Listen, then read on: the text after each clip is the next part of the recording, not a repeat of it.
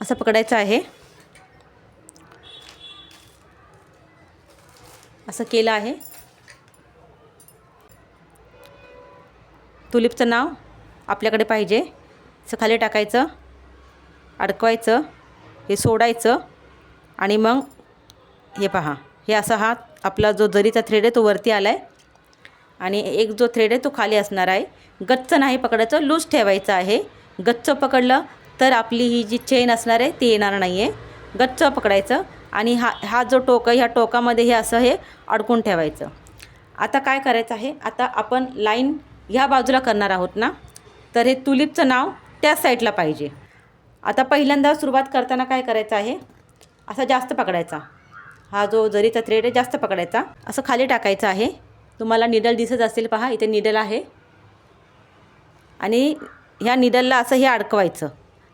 एकच राऊंड करायचा, असा जास्त राऊंड नाही करायचा, एक असा राऊंड करायचा आहे आणि मग ते असं वरती काढायचं. वरती काढलं की असं त्याला गोल फिरवायचं आणि पुन्हा त्याला वापस समोर करायचं.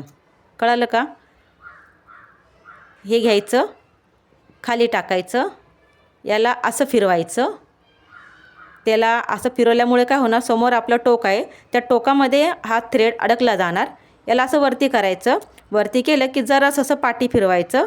पाठी फिरवलं की आपला थ्रेड वरती येतो आणि मग त्याला वापस समोरच्या दिशेला करायचं आणि थोडंसं खेचायचं. खाली जो आहे धागा लूज ठेवायचा.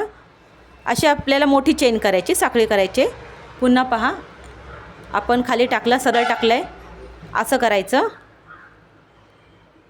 पुन्हा याला वरती काढायचं. वरती येताना गोल फिरवायचं पाठच्या दिशेला. जो तुलिपचं नाव आहे ते पाठच्या दिशेला आलं आता आणि पुन्हा त्याला असं समोर करायचं. पुन्हा टाकलं, राऊंड केला, वरती उचलून पाठीमागे करून पुन्हा पुढे करायचं.